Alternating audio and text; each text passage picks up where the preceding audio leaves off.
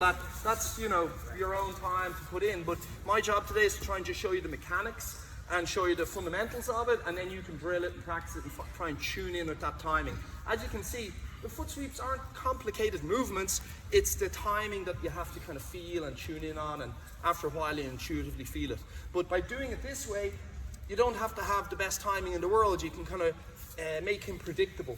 By making them have a step, you kind of know what's going to come next. You can get one step ahead of them, if you know what I mean, in terms of predictability. So, I'll do it again. Any questions, by the way? Any having any trouble I can address real quick? Yes? Just in terms of the pulling, is it only coming from the leg, so your second step, or are you wanting to involve your lats and obliques to sort of... Well, yeah, well, for sure my upper body is pulling, because if you can imagine the axis up and down this way, I want to pull on this side so as that he'll step. So that's a combination of both the pull of the upper body, my upper body, my lat, you know, is pulling him here, but also because he's connected to me as well, because my body is moving away from him, that's also going to encourage the step. So it's a whole body thing. It's not just arms. Would you target it to be a sort of downward diagonal pull, or just...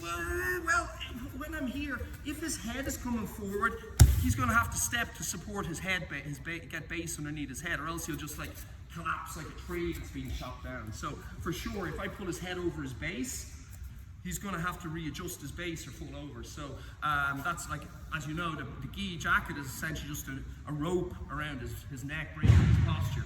And this, you know, so if you're no gi, you go for your collar tie. Gi here, they're both doing the same thing, is pulling his head beyond his base so that he's encouraged to take that step. And that's the step I'm looking for.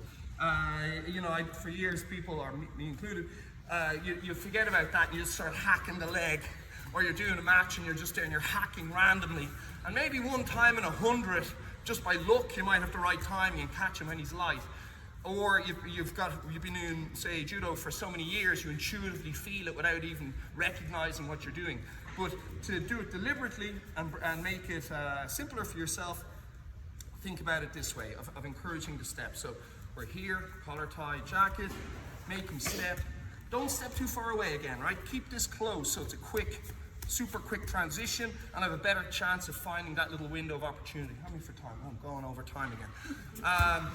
So, step, back step. Remember, don't step miles away. Keep it underneath your own base so that you can step on one foot, yeah? If you don't, you're off balance. So, whoop, whoop, whoop. The Ashibarai. Okay? Yes, sir. Once you took him down, as you step in, what do you do with his hand? You keep him pulling it Yeah, down? there's a little bit of it in midair. As his balance is broken, I'm giving him a little steer over onto his back. I want to land him flat on his back, so he's flat on his back and in a good position for me to control him. Yeah, so there's a little bit of a kind of a micro, little bit of steering in midair, you know, where I'm directing him onto his back, and therefore also I'm keeping the sleeve too, of course, so that I can continue then into my groundwork, and I have control over him. You know, you have those options, but whoop, whoop, boom, you know, your arm locks, your whatever, or, you know, I don't have to tell you guys straight into your side control or whatever, whereas if he lands in some weird angle, and then I've got to battle with all that, so I'm going to put him flat on his back. So this sleeve and collar grip are helping in midair to put him flat on his back. In judo, I say ippon, you know, jiu-jitsu, 2 points, pathetic 2 points, ridiculous. But anyway, don't get me started on that. So, everyone happy with the Ashibarai, the mechanics of it?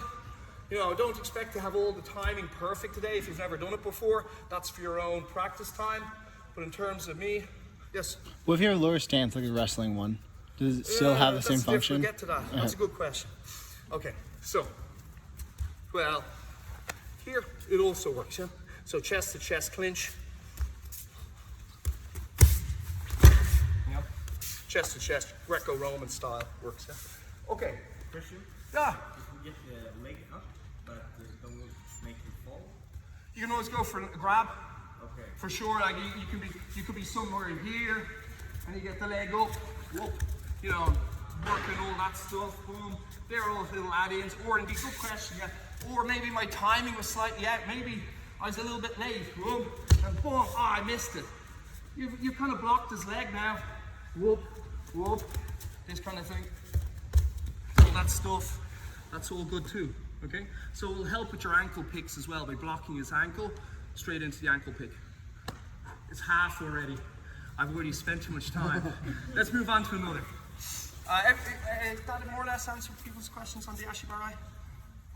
Okay, cool.